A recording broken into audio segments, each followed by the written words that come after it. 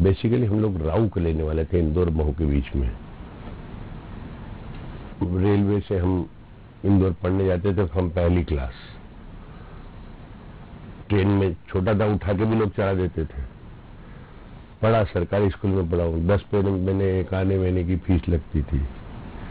सब करके बड़े हम पढ़े। फिर 7वीं 8वीं के टाइम पे पिताजी इंदौर चले गए, तो इंदौर में हमको इजी हो गया। ऐसे करते करते हम ग्रेजुएशन तक पहुंचे हैं। साइकिल से नहीं, पैदल भी जाते थे। साइकिल भी हमारे घर में बड़े भाई की छोटे को मिल जाती थी। ऐसे कई परिस्थितियां देखी है और देख देख के लोगों से सीखा है, लोगों से मिल के सीखा है। मेरे ख्याल से 18-19 साल की उम्र में तो बॉम्बे हमारी शॉप के लिए परचेसिंग करने चले जाता था। वहाँ पे एक कल्चर नया देखा, लोगों की बातचीत का लहजा देखा, तो काफी कुछ सीखा। और मैं सोचता हूँ आज मेरी 68 ईयर्स की एज है। जिंदगी में नया ने कितने परिस्थितियां देखी है, तो उम्र सीखने की कभी खत्म नहीं होती। जो भी आपके श्रोता हैं, कोई भी हो, वो सोच ले हम सब सीख चुके हैं, तो नहीं। जितना आप सीखोगे, जितना R&D करोगे, रिसर्च एंड डेवलपमेंट करोगे, उतना आगे बढ़ोगे। तो आज भी मैं सीखने का प्रयास करता हूँ। ये दुनिया हर रोज एक नई शिक्षा। हाँ, डेफिनेटली। मैं आपसे मिला हूँ, आपके कपड़े देखूँ, आपके तरीका देखूँ, बातचीत का, आपका हेयर स्टाइल देखूँ, सब देखूंगा, तो मुझे भी लगेगा नहीं यार, मुझे भी थोड़ा ढंग से रहना चाहिए। ये हर जगह कुछ न कुछ सीखता आदमी, तो सीखने का कोई नहीं। आपका वातावरण देखूंगा, फिर आपका स्टूडियो देखूंगा, मेरे ऑफिस में देखूंगा, यार इसमें कुछ और बेहतर हो सकता है। आपके वे ऑफ टॉकिंग देखूंगा, वे ऑफ टॉकिंग से मैं सीखूंगा, यार अपनी बिहेवियर भी ऐसी होना चाहिए, हम लोगों से अच्छा और अच्छी मीठी हंस के बात करें। तो मैं सोचता हूँ सीखता रहेगा आदमी और प्रयास करता रहेगा, तो जिंदगी में कोई राह मुश्किल नहीं, आगे ही बढ़ेगा। और मैं उस मुकाम पे पहुंचा हूँ इन्हीं सभी को करते हुए। बिल्कुल सर, जैसा कि आपने बताया कि शून्य से शिखर तक का सफर आपने तय किया, ऐसे में अगर देखा जाए तो राजनीति में एंट्री कैसे हुई? देखिए, एक्चुअली मेरे मामा नेता थे, और मेरे मामा सगे मामा एक ही मामा थे। हमारे पिता, हमारी 2 मौसियाँ थी, मेरी मम्मी, ऐसे 3 बहनों में एक भाई थे। वो शुरू से कांग्रेसी नेता थे, बचपन से ही, और उन्होंने काफी संघर्ष किया, तो उसके कारण हमारा परिवार भी पूरा कांग्रेसी हो गया।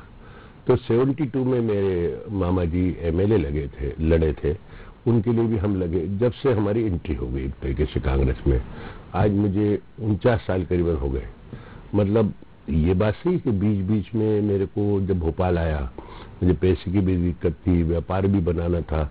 उस समय में कुछ राजनीति से काफी दूर भी हो गया, लेकिन लगा रहता, जब मौका मिलता था घंटा 2 घंटा भी देता था, लेकिन मैं प्रयास करता था कि कांग्रेस से जुड़ा हूं और माने लोगों के दिनचर्या से भी जुड़ूं और लोगों में अपने आप को एक स्थापित करने का भी प्रयास करूं।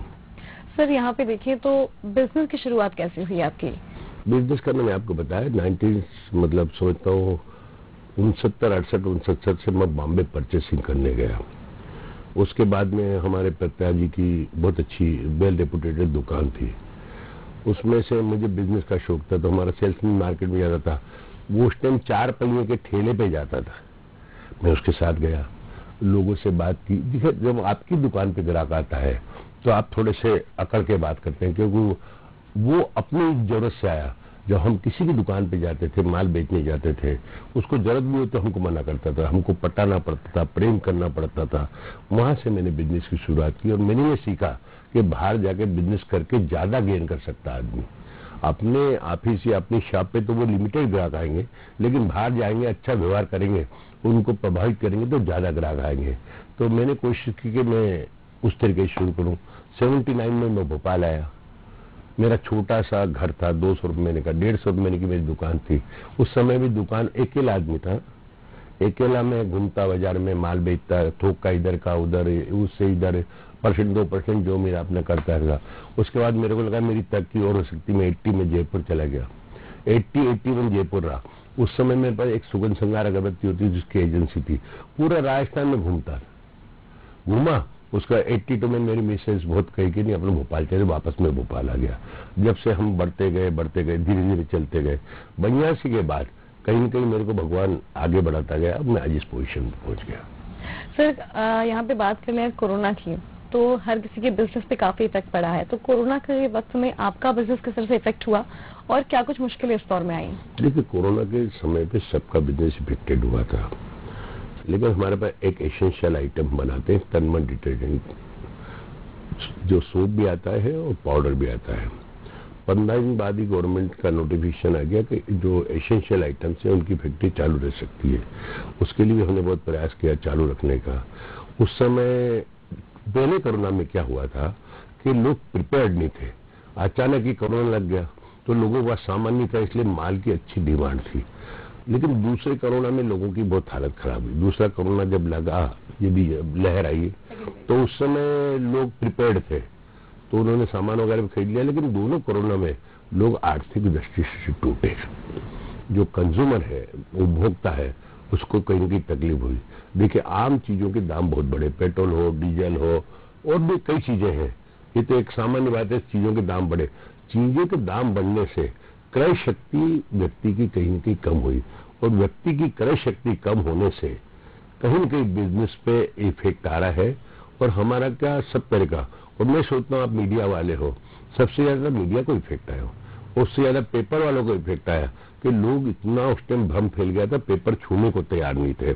लेकिन परमात्मा की कृपा है, मैं कोरोना से डरा नहीं, हिम्मत से मुकाबला करता रहा। और तो और मैंने मास्क भी बहुत कम पहना, मुझे पसंद नहीं आता था, लेकिन मुझे कोई तकलीफ नहीं हुई। हाँ, बिजनेस में जो सबको इफेक्ट हुआ, थोड़ा हमें भी हुआ। अब चलता है, जैसी परिस्थिति होगी वैसा रहना पड़ेगा। लेकिन हमारी आज भी अच्छा बिजनेस है। हमारा 2-3 बिजनेस है। एक तो हमारी अगरबत्ती आती पूजा पाठ के नाम से भोपाल में काफी एक्सेप्टेड है, यूपी बिहार में भी बिकती है, दूसरी जगह बिकती है। तनमन डिटर्जेंट हमारा आता है, आपका भास्कर नमक हमारा आता है। और अभी साल भर पहले करीबन मैंने कांग्रेस के कोषाध्यक्ष पद से स्वयं इस्तीफा दे दिया, क्योंकि मैं काफी 4 बार कांग्रेस का कोषाध्यक्ष रह चुका हूँ। मैंने इस्तीफा दे दिया, 3 बार जनरल सेक्रेटरी भी रह चुका हूँ, मैंने इस्तीफा दे दिया। इस्तीफा देने के बाद फिर मैं जी मांग रहा फालतू हो गया। फालतू होने के कारण हमने स्पाइसेस की फैक्ट्री चालू की। तो बिग बॉस के नाम से 6 महीने से हमने स्पाइसेस चालू किए। हमने एक ही निश्चय है, देखिए हमारा बिजनेस में एक ही निश्चय रहा, ग्राहक को चीट मत करो, always give the best quality. यदि आपने क्वालिटी अच्छी दी, व्यवहार अच्छा रखा, तो कोरोना हो कि कुछ भी हो, क्षणिक आपको तकलीफ होगी, लेकिन एक दिन आप आगे ही बढ़ोगे। और वो उसी कारण प्रभु की कृपा है, हम आगे बढ़ते जा रहे हैं। सर, यहाँ पे देखा जाए तो कई सारे समाज सेवा के काम आपने करे हैं, तो उनके बारे में बता दीजिए। देखिए, मैंने हमारी भोपाल जनसेवा समिति थी, जिसमें हजारों लोगों के हमने नकली कृत्रिम अंग लगाए, किसी को पैसा नहीं लिया। और समाज में कोई भी होता है तकलीफ तो करता हूँ। जब कोरोना पहला लगा था तो कोरोना की फिक्र किए बिना, मैं मध्य प्रदेश कांग्रेस कमेटी का उस टाइम कोषाध्यक्ष था, हमने मध्य प्रदेश कांग्रेस कमेटी से 2 महीने तक 25,000 रुपए के डोज बनवा के बांटे। और मेरे बच्चे बहुत सख्त नाराज थे कि मैं जाऊं। आप भी सोचो, आपके यहाँ भी होंगे, आपके मम्मी पापा होंगे, कोई भी होंगे, तो कोरोना में घर से नहीं निकलने देंगे। मैं सवेरे 9 बजे से 8 बजे तक लगा रहा और मैंने बरोबर अपना काम किया। एक कंपिश व्यापारियों की संस्था बनाई, उसके द्वारा भी हमने कोरोना में समय समय पर काम किया। ऐसी कई संस्थाओं से मैं जुड़ा हूँ, जितना हो सकता है मैं प्रयास करता हूँ, और इससे मेरे मन को संतोष मिलता है। और जब मन को संतोष मिलेगा, मन अच्छा रहेगा, तो आदमी अच्छा काम करेगा, ऐसा मेरा सोचना। जैसे आप बता रहे हैं, तो अगर आपके व्यक्तित्व के बारे में जाना जाए तो क्या पसंद है आपको, क्या करना पसंद है? आप जैसे अगर आपके इंटरेस्ट की बात की जाए तो आपको किस चीज में इंटरेस्ट है? देखिए, एक बात है, एक तो मेरे को सोशल एक्टिविटीज पसंद है, लोगों से कॉन्टेक्ट डेवलप करना पसंद है। दूसरा, मेरा चूंकि मेरे को पैसे की बहुत दिक्कत हो गई थी, मैं छोटा आदमी था, उस समय मैंने पैसे कमाने का शौक लगा, तो उसलिए मैं सवेरे 6 बजे से रात को 2-2 बजे तक मेहनत करता था। आप बोलेंगे 2 बजे क्या करते थे? तो 10 बजे बाद, हमारा 9 बजे बाद खाना खा के मैं घर से निकाल के दीवारों पे पोस्टर लगाता था हमारे प्रोडक्ट के, ऐसे करके। लेकिन इस सब चीज में एक मेरे से चूक हुई, मैंने परिवार का ख्याल नहीं रखा, मैंने अपनी धर्म पत्नी का ख्याल नहीं रखा, मैंने बच्चों का ख्याल नहीं रखा। तो धर्म पत्नी कहीं कहीं मुझसे दुखी भी थी, वो चली भी गई। मुझे आज तक दुख है कि मैंने उनका ख्याल नहीं रखा। जहां तक बच्चों का सवाल है, मेरे 2 बच्चे हैं, दोनों का नाम आकाश और Venkatesh, they are doing well. मेरी इतनी भगवान ने मेरे को सफलता दी कि मेरी ग्रैंड डॉटर उन्नति है, अब अमेरिका में लॉस एंजल्स में पढ़ रही है। तो मैं भगवान से भी खुश हूँ, अपनी मेहनत से भी खुश हूँ। और मैं ये चाहता हूँ कि आदमी प्रयत्न करे। यदि कोई आदमी टारगेट बना ले और उसने डिसीजन ले लिया, डिसीजन गलत हो या सच हो, उस पर लग जाए। वो यदि डिसीजन के लिए, अपने इम्प्लीमेंटेशन के लिए पूरी तरह से लग गया तो कामयाबी मिलती है। थोड़ा समय लगता है, लेकिन आदमी को हार नहीं हार के हिम्मत करना चाहिए। सर, जिस तरीके से आप अपना पूरा एक्सपीरियंस बता रहे हैं, अगर देखा जाए यहाँ पे तो जीवन में उतार चढ़ाव सभी के आते हैं, लेकिन कभी कुछ ऐसा हो जाता है जिसमें हमें कुछ सीख भी मिलती है और आगे के लिए हम सतर्क भी हो जाते हैं। तो आपके जीवन में कभी कोई ऐसा पहलू आया जब आपको कुछ सीख भी मिली और आप सतर्क भी हुए हों? जी, सीख तो मैंने कहा ना, मैं सीखता ही रहता हूँ। जब भी दिन भर, आज भी आपसे मिलूंगा, इनसे मिलूंगा, उससे मिलूंगा, कहीं न कहीं सीखने को सीखने का तो प्रयास है। लेकिन उतार आए चढ़ाव आए, कोई फिक्र नहीं करी। मैं एक जैसे धुन में लगा रहा, इसलिए मुझे इतनी दिक्कत लंबी चौड़ी नहीं पड़ी। अब देखिए, मैं छोटा सा था स्कूल में था, बहुत छोटा था मैं, मेरी हाइट बहुत कम थी। क्लास की लाइन में हमारे प्रार्थना होती थी, बड़ी बड़े हाल में होती थी, सवेरे सवेरे उसमें हम जाते थे। मेरी छोटी हाइट थी, मैं बड़ी करने की कोशिश करता था, नहीं होती थी। और आप मानोगे नहीं, मैं बचपन में बहुत दुबला था, बहुत दुबला। हम मैं 12 रोज के आलू बड़े खाता था, मोटा ही नहीं होता था। बड़ी परेशानी मैंने झेली। अब 7th 8th में मेरे सर कुया जी थे, महेश्वरी विद्यालय इंदौर में पढ़ा हूँ, बोले यार तुम डिबेट में जाओ। अरे मैं डिबेट मतलब वाद विवाद पे थे, कहता मैं जाओ। अरे मैं कैसे जाऊंगा सर, मैं दूध जाऊंगा। बोले जा। मैं गया साहब, एक मारवाड़ी कन्या विद्यालय नलिया बगल इंदौर में, मैंने डिबेट में भाग लिया। लड़की ज्यादा थी और लड़के भी थे, उन्होंने डिबेट में भाग लिया। अब डिबेट में भाग लेने के बाद मैं बुरी तरीके से हार गया, क्योंकि पहली बार माइक के सामने खड़ा रहे तो आदमी थोड़ी घबराहट हो जाती है। लेकिन फिर भी सर ने मेरे को प्रोत्साहित किया, हिम्मत नहीं आ रही। तीसरे चौथे दिन या 8वें दिन कोई दूसरी जगह में भाग लेने गया, और भाग लेने गया, वहां से कप मेरे को मिला। और कप मिला तो मेरे को स्कूल में सर ने, जब हमारी प्रार्थना थी, ऊपर स्टेज पे लाके वो कप दिया। उससे मुझे बड़ी प्रेरणा मिली और मैंने सोचा कि यार अब बोलने की हिम्मत आ गई। और मैं आपको बोलता हूँ, अच्छा बोलो, अच्छा रहो, अच्छा व्यवहार करो तो देश का प्रधानमंत्री भी बन सकता है, जैसे अटल जी बने थे। अटल जी की बातचीत की बड़ी तरीका था, इंदिरा जी की बातचीत का बड़ा तरीका था, नेहरू जी का तरीका। तो आपको बोलने में हिम्मत रखना पड़ेगी। और बोलने में, देखिए डिबेट में क्या होता है, एक ही चीज, उसकी अच्छाई भी बोलना है, बुराई भी बोलना है, तो आपको उसके लिए प्रिपेयर्ड होना पड़ता है। तो यदि आप प्रिपेयर्ड होकर कोई काम करो तो कामयाबी सुनिश्चित है। उसी राह पे चलता रहो तो ऊंच नीच चलती है। मैंने कभी इतनी फीलिंग ही नहीं की। सर, आपका व्यक्तित्व जो है काफी कह सकते खुले दिल का है। तो ऐसे में जो लोग आपको मिलते हैं, फिर जिस तरह से बिजनेस के अभी फिलहाल की परिस्थितियां चल रही है कि बिजनेस अब ग्रो हो रहा है वापस, ये कोरोना के वक्त में सब कुछ ठप पड़ गया था, तो आपके व्यक्तित्व की वजह से क्या लगता है कि जो आपकी ऑडियंस है, आप कह सकते हैं कि जो आपके कस्टमर्स हैं, उनका जो एक मास का एक आपके पास अच्छा खासा उनका है, तो उनसे कैसे अगर कोई बातचीत होती है तो कैसा वो लगता है? क्योंकि एक कम्युनिकेशन जो है बैठाना बहुत जरूरी होता है कस्टमर के साथ, तो कैसे आप उनसे कम्युनिकेशन बैठाते हैं? देखिए, हमारी लाइन है, हम कॉर्पोरेट नहीं है, स्मॉल कॉर्पोरेट है, प्राइवेट लिमिटेड कंपनी है। सुनिए, आजकल की तारीख में कोरोना में छोटा व्यापारी बहुत परेशान है। और पिछले 2-5 साल से 10 साल से जो गवर्नमेंट की नीति आई है, उसके कारण छोटा और मध्यम वर्ग बहुत परेशान है।